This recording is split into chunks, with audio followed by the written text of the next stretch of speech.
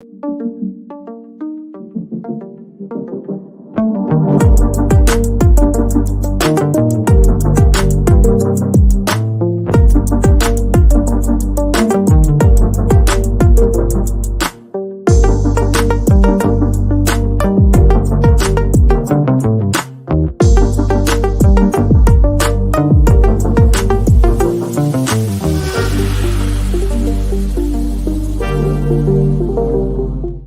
right, so today we have a surprise guest that is going to have to remain a surprise for Real Estate Lab this week because they haven't been able to make it yet. Maybe they'll be able to pop in a little bit later, but they were a commercial agent, and we want to stick with the topic because we don't want to pivot too much right now. But let's go ahead and pull up some articles that are talking about what's going on with commercial in Austin, Texas. And I know JJ and Randy and I have all been kind of looking at things and want to share what we know, the little that we know about commercial, but we are not commercial agents. So who wants to go first? Take it away, JJ. Take it away, JJ. I want to make sure I got the right window share here.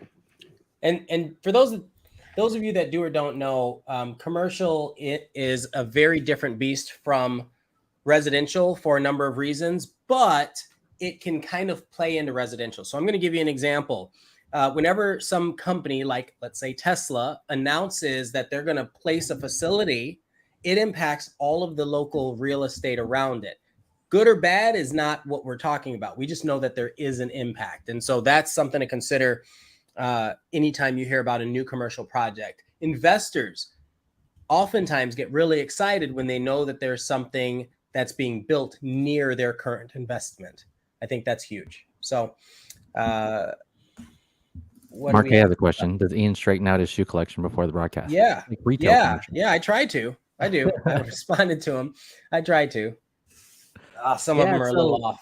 I look at commercial in several different categories because as residential, we're all residential agents.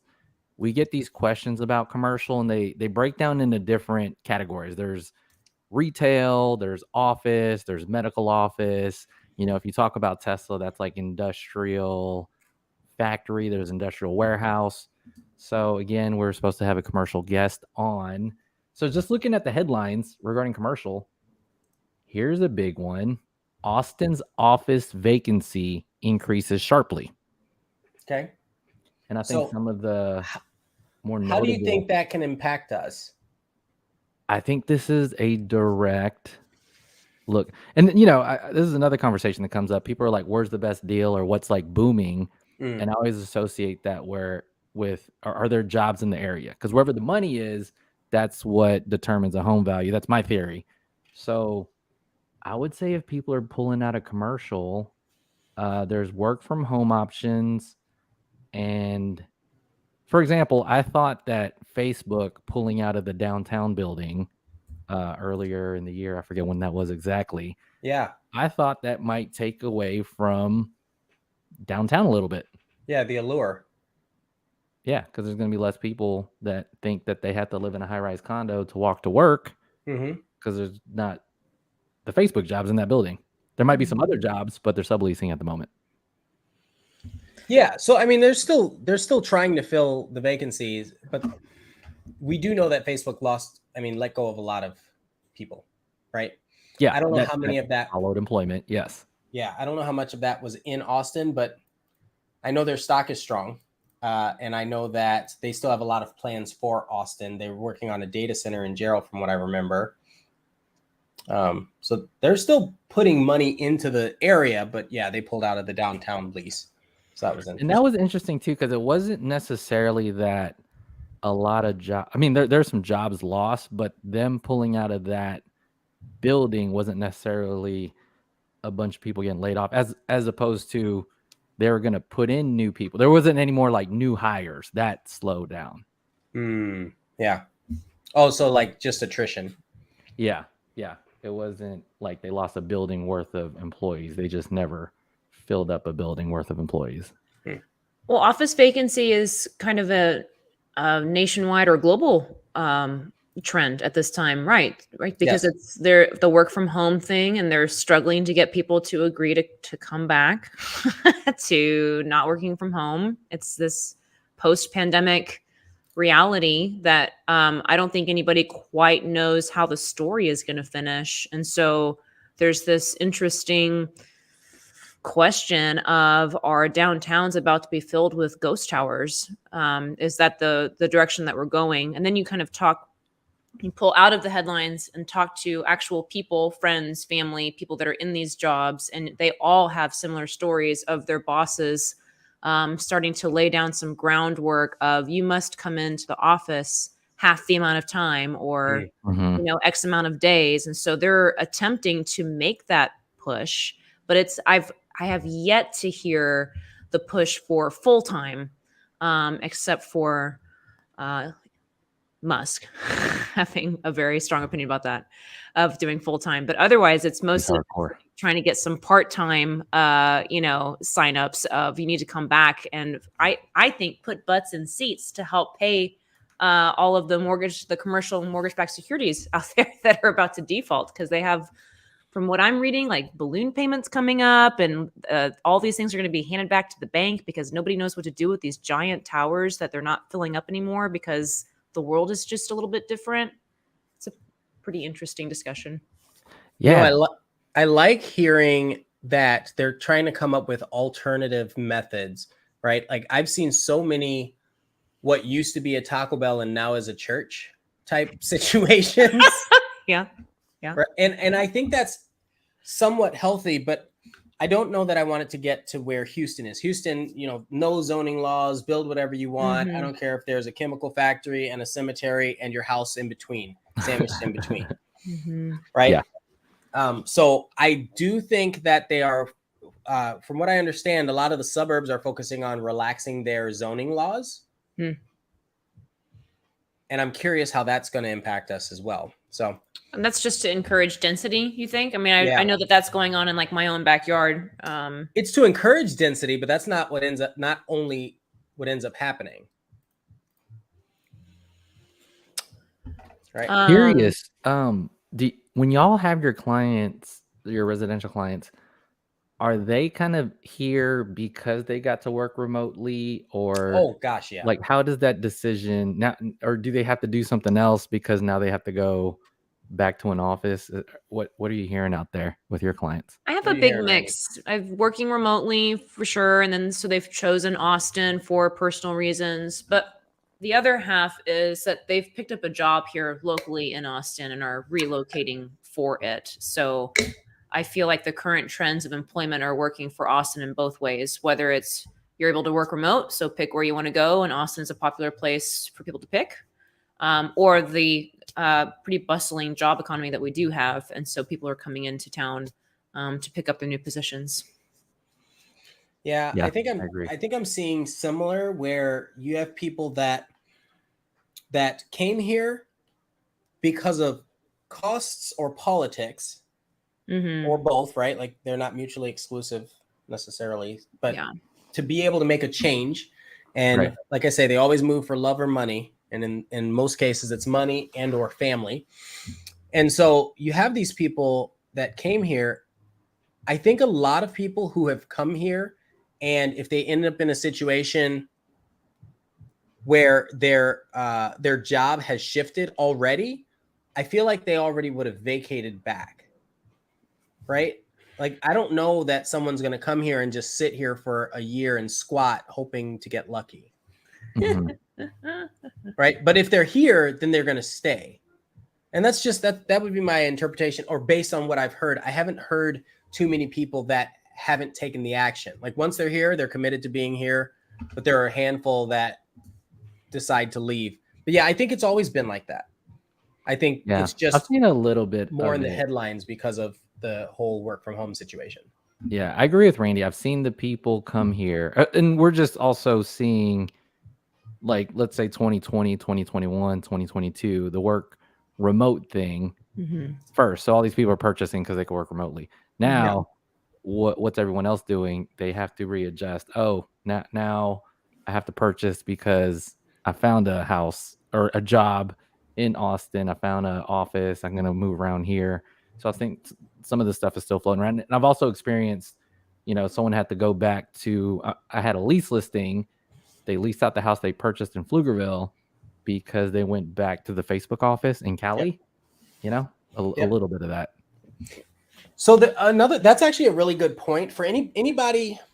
One of the things that people miss is when a company brings a lot of jobs in the area, it's always what is the ripple effect for those jobs. So not the people that are working, but also the construction crew. And then if there's a spousal situation or kids, what are they going to do? So that ends up creating more opportunity and generally a lot of smaller businesses around that factory or around whatever's created. So I always think that's kind of an unanticipated bonus for this. So if there were people that came here and then they were told they had to work remote or couldn't work remote anymore, and then they had to leave, I think that hurts us a little more than some of us might anticipate. That's a pretty common trend that's happening too. I mean, I know that I'm hearing that in the realtor space, that it's like a common reason for transactions to fall apart is because somebody suddenly couldn't work remotely anymore. Oh yeah. Or they thought they could work remote and they go to try to get the job. Yeah. So yeah, like they try to get the job approval and then it's like, no, not going to happen. But oftentimes I found that people they were trying not to tell their job or didn't know whether they were telling their employer that they were going to work remote. They were like, everybody's working remote. That's not going to be a problem. And they just try to squeak through. So I wanted to go over this one with Mark. He says, with all the conversions of commercial to residential units to make use of built commercial space. Great comment. And this is something that is an article we need to touch on. How will realtors have to change to accommodate? I think that would be a really good question for a realtor who's heavily focused on high-rise condos. Yeah.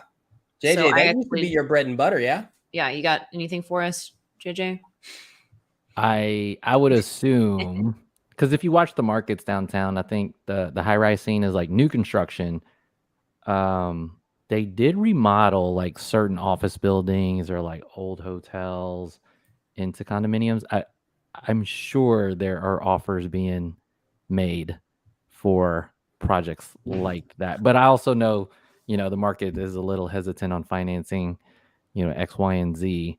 It would be a heavy transformation, right? I mean, you need to get plumbing into, every unit. I mean, it's no small feat for sure. Well, and it's funny because Mark says, how will realtors have to change? I think what ends up happening is commercial is one of those things where it's like devoid of emotion, right? Right. You don't have the same kind of emotional attachment like you do with residential properties. Investors are kind of half and half, but when you're buying a home or when someone's buying a home, they get so caught up in like how they're going to use it, whether their kids are going to like the schools and that sort of stuff. And the numbers only matter if they can afford it most of the time, right? But they want the best for their family. And so they're going to push for it in a lot of cases. Where commercial, if the numbers don't make sense, the numbers don't make sense. There's no conversation. I think a lot of realtors, what we would call good realtors, I think are empathetic to the situation of their buyers and their sellers. Mm-hmm. I think that's buyers, especially buyers agents, they're empathetic to that situation and trying to make that work. So I think it ends up being a what do you call it? A personality conversation with that realtor. Not all realtors will be able to do it. Just like not all people are great business owners. Just because you work at a job and you think you're really good at it doesn't mean you can go and run a business on it. I think that's the same thing here. I think a lot of realtors are unequipped to be strong commercial agents.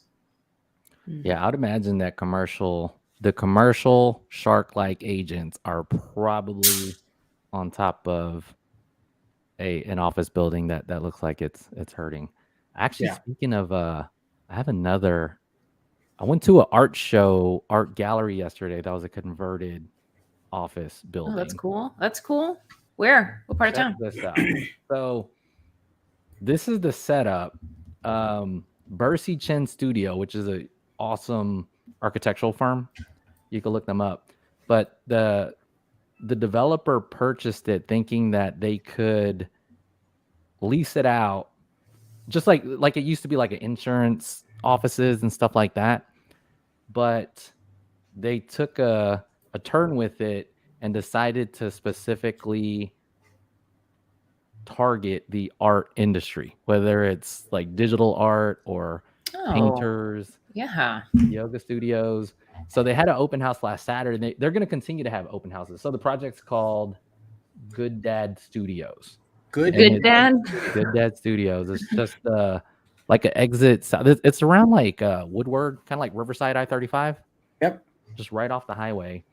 And I went to the open house / art show, and it was super funky, hippie Austin like. And there's that real estate component because there's a lot of vacant rooms, and if it wasn't vacant, then they're showcasing their art. Okay. And that was a real. So it's almost like a not an Airbnb. I have one that's like that for office spaces, but like a short-term rental for the office spaces to fill the void, to fill the gap, right? Yeah. That's really cool. Mm-hmm. Man, what was my office space one? I'm super curious now. I got to find that. But another thing I want to share, have y'all used this? I think we pulled it up before on Real Estate Lab, but I feel like it's a really cool tool for people. So this is called Crane Watch. It's part of Austin Business Journal, and it shows you what's being developed in the area based on the permits that are happening. So it's great for commercial and residential. So obviously you can see that that's a residential. I love this. Cool. You can filter by type of property. So a great example. Let's see. Load faster, please. Thank you. Not going to happen. Okay, but I'm going to click on one. So let's say we do the thickness that's like right here, central and south of the river. So 40-foot tall apartment complex, 205,000 square feet, is proposed, not guaranteed, not approved, but proposed. Actually, this status, it gives you the status. The status is actually completed. And so you can go and delve into more information. What is this? That makes sense. Springdale has a very big new swanky shopping area going in right there. Tesla showroom and service center right here, North Lamar, proposed. Look at that. Those are cool. We need more service centers for Tesla folk. HEB grocery store right here on 290. Oh, I heard that the Lake Austin HEB center is amazing. I don't know if you guys had heard about that or visited yet.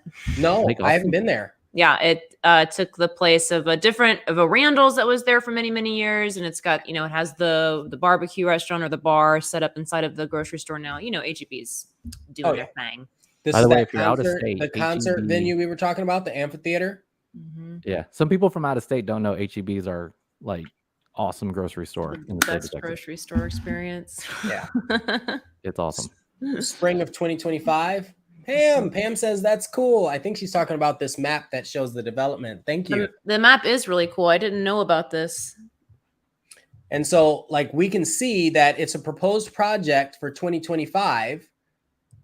And so you have a URL to any headlines related to the story, what it's supposed to look like when it's finished. It's really quite awesome that they have all of this detail in here. Thank you so much for this education, Ian. This is fantastic. This is cool. Let's see what's going on with Leander. So I had a closing in Liberty Hill or Leander yesterday, and the entire city internet was out. So I couldn't find a place to go. It was so bad. Everyone was at Starbucks. I don't typically like going to Starbucks because there's so many local coffee shops that we can support, but man, there was just nowhere to go. New Toyota. So the park, I'm really just trying to, there it is. This is what I wanted to see.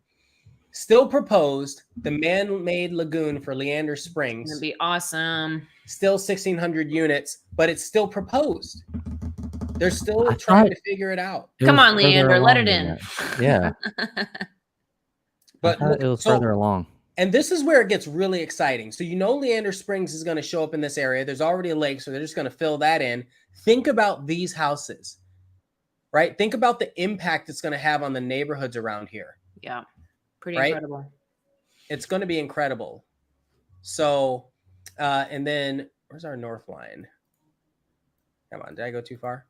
The park. Oh, what is this? 42 acres, Dick's Sporting Goods. So another store. So they're building up around that area. Crystal Oh, Falls. that's going to be the there's that proposal for they always call the live, work, play Live, work, spaces. play. That's what this is. Yeah. Yeah. That's the Leander Springs. Mm-hmm. They keep calling it like the next domain thing, but Oh, there's Well, so many of them all around the city. yeah, going just up. little like Cedar Park city has one. centers. Indigo, I believe is what it's called. I'm going to pull it up so you can see. This is what it's going to look like.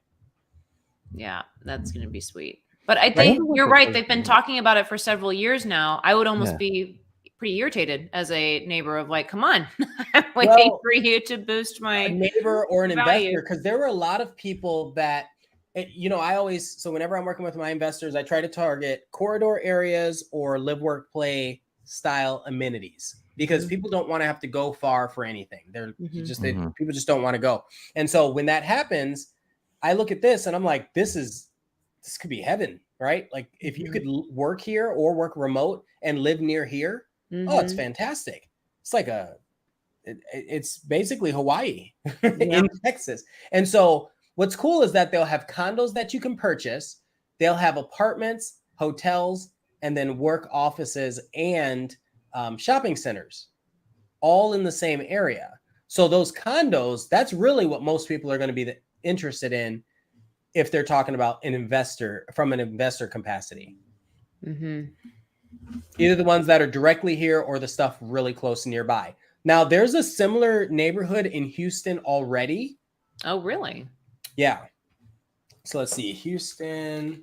Yeah, it's like a fake neighborhood. Secret, I feel like. Because when I first saw it, I saw some videos and I thought it was the craziest thing. What side of massive Houston is this on?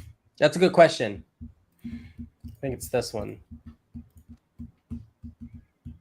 Is it like Katy or something? I don't know. I feel like Katy gets everything. Either that or Spring. I believe this is it. Oh, I used to live there, and it is nothing. I did. It's like I'm such a dope. It's nothing like Leander Springs. So that's why I didn't even know you were talking about it. It's okay. But there's a water component. But yeah, think about it. It is super hot in Texas. We just had that whole thing about what to do when it's really hot, when it's 108 degrees outside. If you have access to water like that, it's a game changer in Texas. Yeah, so the Leander Springs is looking more like a pool experience, and that town lake is like you're not going to go swimming in that. You're going to get in a kayak and fish type of. Oh, gotcha. Yeah, this is definitely a fun for the family type of affair. What I don't know yet is if they're going to charge for it or what. But we've got tons of these little swimming holes around. But this is a really nice sandy beach that we don't have a lot of. That looks really expensive. I think I know why it's being proposed. Still being proposed. Yeah. So I think this is a really cool way to look and see again what is coming in the area. So we have the Tesla Gigafactory. Obviously, this is older. It opened already. But looking at new stuff. So what is this? Citizens House, 360 apartments. Another developer. I have another 360 units. 2025. Yeah, that I was reading that Austin is going to be one of the top apartment building developers. Huh. How does that make? Oh, Velocity. This is another huge one. Have y'all seen Velocity? Mm-mm. So there you go. Another huge live, work, play type area. So this is down by the airport, Del Valle? Correct. Just right by Tesla. Right at that intersection of 290 and 130. Not 290, 71 and 130. There's so many of these going up. It's great. I mean, I like them. I'm just amazed. It's great. It is great. Go up. I still think there's a lot of red tape and a lot of market conditions. I think they could take time. Yeah, there's one in Cedar Park called the Indigo that's been talked about for several years as well, and I don't feel like it's up yet. It's just there's Indigo, the Four Rivers. So in Cedar Park, in Riverside. Oh, there's one. Okay, you know what? I was driving through Round Rock the other day, and the District, that one's coming up. That's another. So where are we? Let's find this. So Round Rock. along AW Grimes. It's the district. So no, Kalahari. It's a little further. Here it is. Sabi. This. There you go. Okay, so let's see if I can get a Lewis URL. 45 and 35. Yep, 45 and 35. So they already have huge buildings here. Mm-hmm. I was gonna take my drone up, and then I was like, I gotta do work, right? Oh, it won't even show. So let's see if we can find the district. Yes, perfect. Yeah, I love looking at these renderings though, because you can see the future. You just have to figure out how it's all going to happen. I know. Look, rooftop pools for days. And but buildings are actually up on this one? There are already buildings up. Seriously, okay. I should go this week and get some drone footage, because I mean, it doesn't look like this yet, but it's just cool to see the project in action. Look, rooftop parking, that's huge. This looks like it has a solar roof. Mm-hmm. I mean, I think that's just part of the rendering, but this is, yeah. Here's the thing. I don't want this to be a concrete jungle, but you see how many trees and stuff they have that they'll be adding into here, because otherwise it's pretty flat. So there's nothing there except the concrete for the buildings. So hopefully they add in all of the greenery and make it a nice, beautiful walking area. Here's what's important for people that live in this nearby. 1, it'll probably increase your property values. 2, it'll probably increase your property taxes. Oh, yeah. I'm still skeptical on them. If you live in the area, directly in the area, you're absolutely going to have to pay for a lot of this development to take place. So if you're buying a condo in here, expect to have the property taxes of that condo be considerably high. Yeah. Like, are we in the state to like status or the market health to be continually building offices? Like, is this still going to be an office? Yeah, I would hold off on building offices. Right? If I were a developer, I'd be like, no. Or you'd be maybe negotiating with condos. So here's the thing. How many people do you know that would relocate because they're either empty nesters or just finished college or relocating from somewhere but never had kids, or are single but professionals, and move to a place like this but couldn't afford downtown prices? The answer is a lot. Depends on the price. Right. It depends on the price. I think it's a lot of people. And so even if the offices aren't created, what ends up happening is you have these people that are moving into the residences, and then it goes back to the partners. It goes back to creating the jobs, people with their side hustles, their aspirational type careers, the people that get laid off from these large corporations but have enough money to be able to funnel it into, or have enough venture capitalists relationships where they can seed it into a startup venture. You have all of that available, and you can probably get a reasonable rent here. So going back to the original conversation, we had a commercial agent that was supposed to come on, and I was having a really deep conversation with her about exactly that, the vacancy. And she's like, they've been figuring it out. Don't listen to the headlines. And I was like, tell me more. Yeah, it's interesting. Okay, I have to pull this one up. Mark says, what does he say, Randy? How often will Leander Springs be closed due to floaters? SRR is always closed due to unfortunate that's incidents. why it's going to be expensive. Maintenance on those things, it just looks so SRR. He's talking about Santa Rita Ranch, which is also, they're building so much in Santa Rita Ranch, and we knew it. We knew that it was going to be I knew. I mean, maybe you like really looked in that. Yeah, it's a future suburb for sure. Looked into schools, the ability for them to place stuff. In fact, let's pull that up. But 20,000 houses was the original plan for Santa Rita Ranch. Yeah, the Leander Springs thing. I think that's part of, I mean, it'd be nice to talk commercial with a commercial person, but I'm assuming these are all the things that are being proposed because of maintenance costs. They got to figure out what got canceled. That's crazy. What is that one? I can't quite read it. Oh, sorry. So it's it says electric off-road vehicles. So they canceled the headquarters here, but they've got existing space in Round Rock, and they're just going to stay there. Mm-hmm. That's kind of interesting. Mm-hmm. But yeah, Santa Rita Ranch. Let's see. Pole Partners. You know, I was selling some land one time, and I think her name is Jennifer Pole, like the daughter of the Pole Partners, who buys all the land across Austin. She called me and she was like, "Hey, I want to buy your land." I was like, "Hey, who are you?" I don't know who this person is. I'm a pole partner. It was so ridiculous. Anyway, I ended up finding out very quickly who she was. She was super humble and sweet about it, but did she buy your land? They own everything. It actually didn't. So I only had 30 acres for sale, and she was like, "Well, I need 100 or better."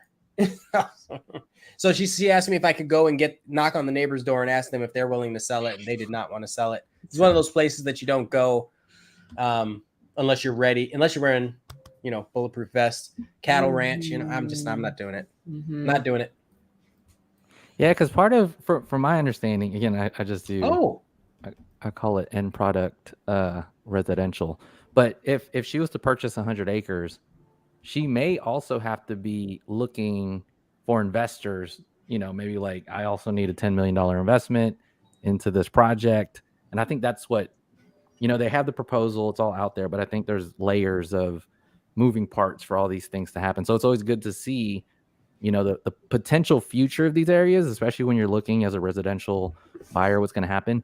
And then you have to, look behind the curtain and just see, probability, what phase they're on, what's going to happen. So yeah. this is awesome to look into.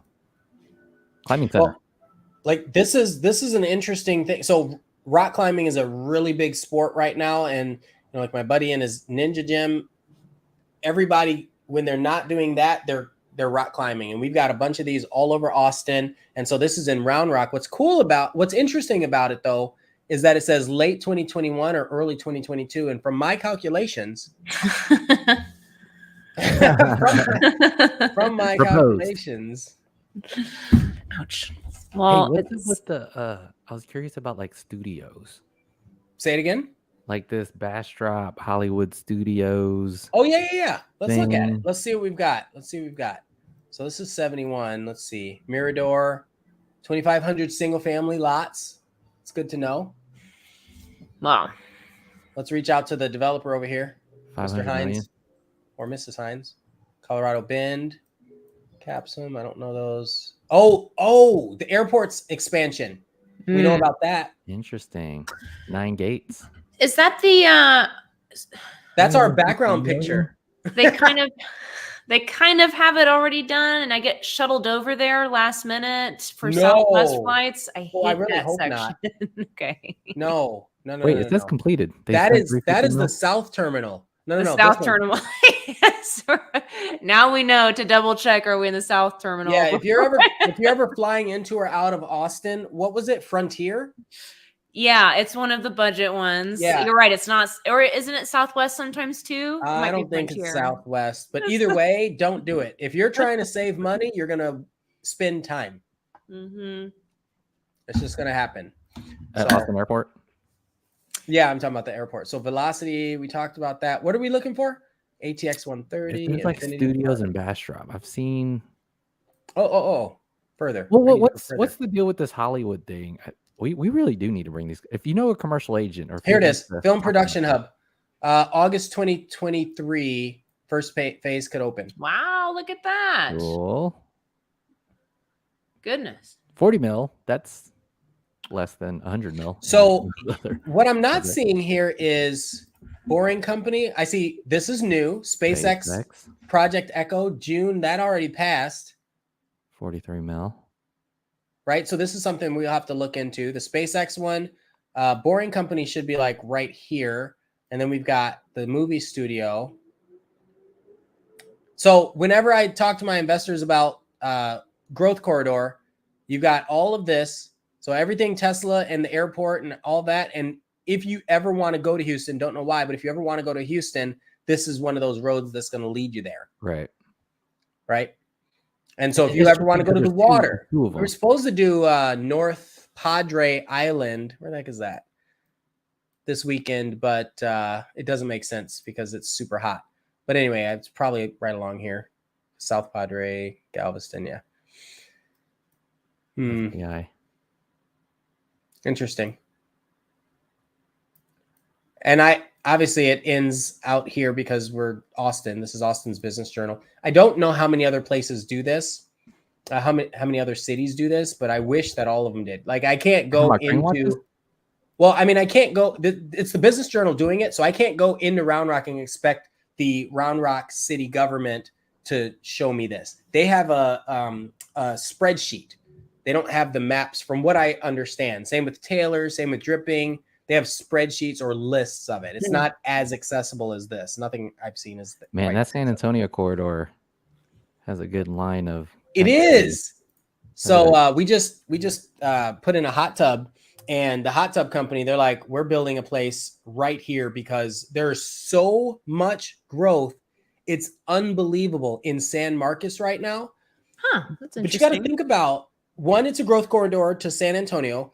It's easy. San Antonio is an easy, stable investment for a lot of people if they can't play the Austin game. You can see how it tails. If you look at the cluster, there's like a tail that leads to San Antonio. Well, and I feel like because it's along I-35, which for those of you that don't know, I-35 goes straight into Mexico all the way up to Oklahoma and further, right? But that's kind of the power of I-35 as a corridor road.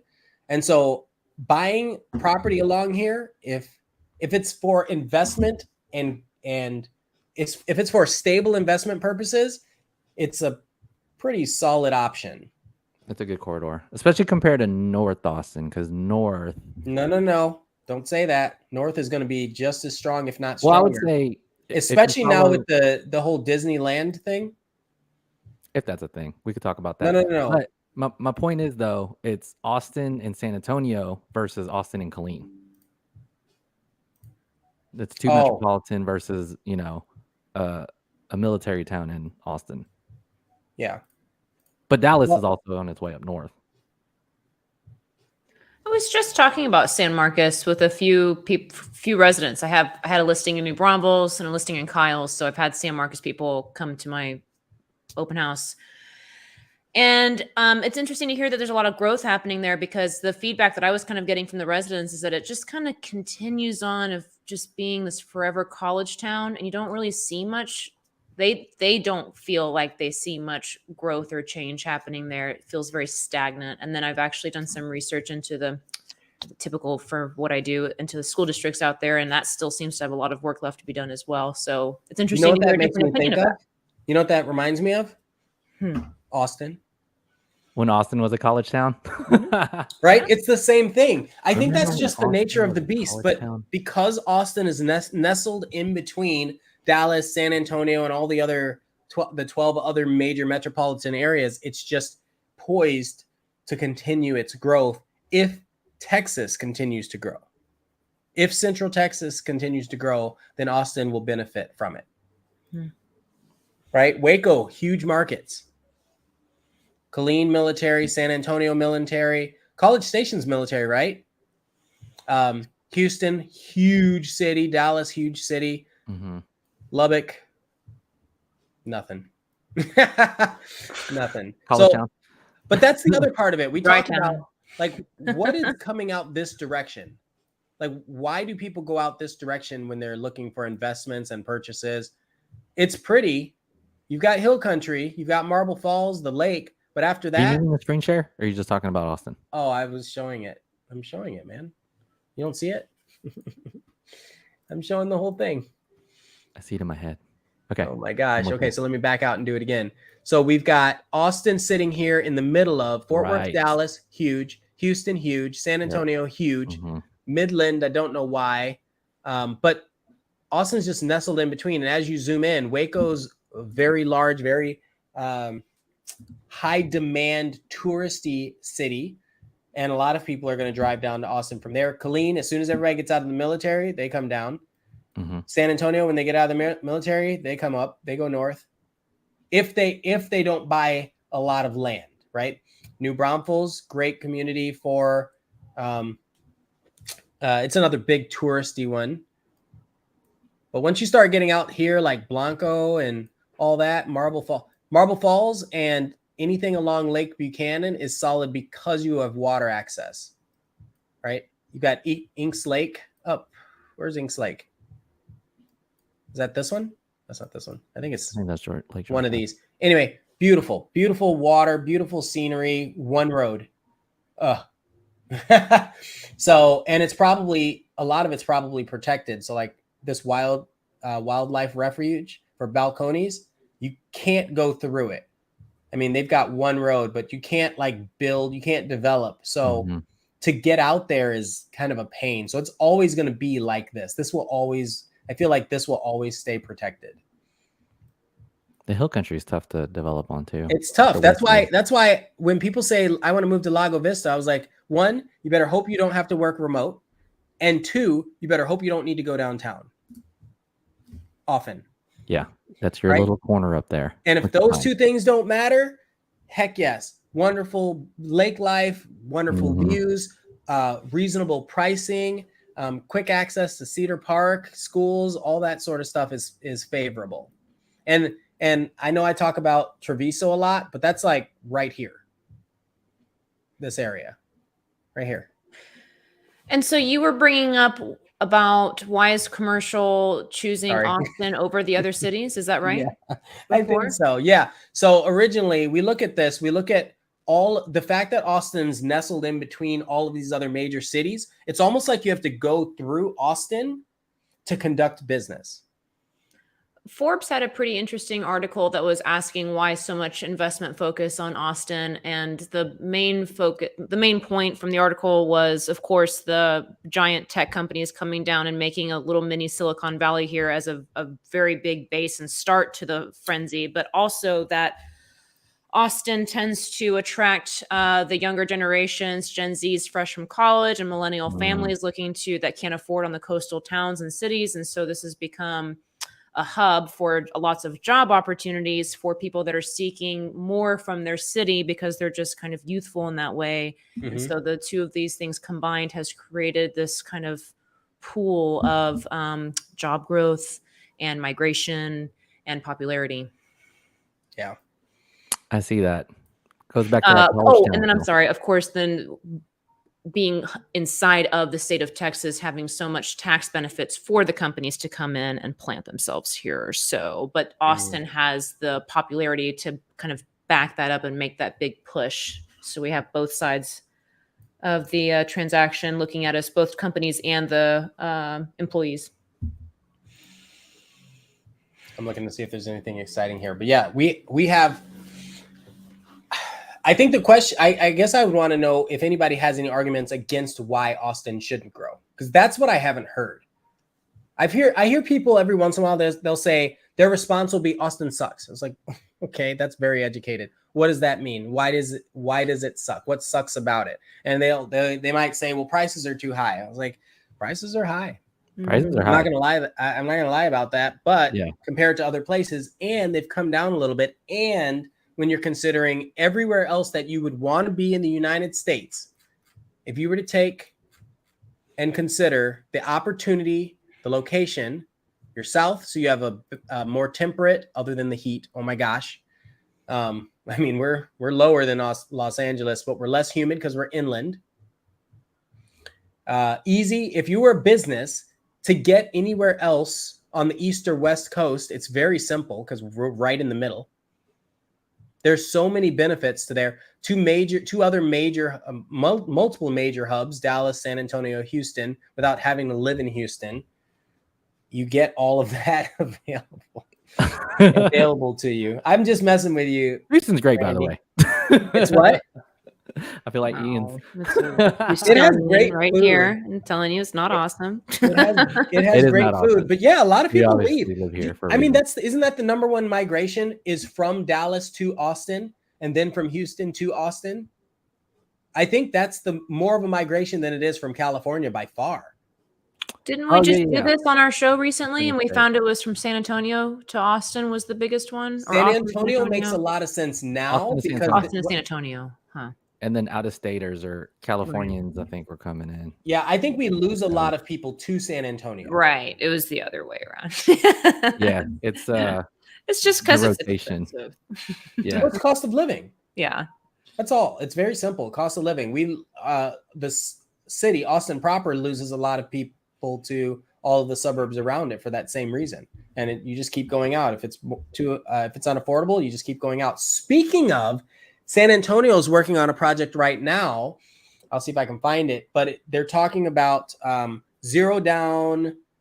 I don't know if it's an ag exemption type situation, but it's a home ownership focus project. good. Trying to get people into houses. Okay. Get them in. Would you say get them in? Yeah, I love seeing people build generational wealth through real estate. Just over the years, you see it, and it's something everybody should understand. Get their foot in the door. Yeah. That's a different topic for a different day. It is. I think we should come back on that. Yeah. So commercial people, commercial agents, retail specialists, developers, we'd love to hear from you. Yeah, I think we did pretty good considering that we're supposed to have somebody else guide us through this talk. That's so funny.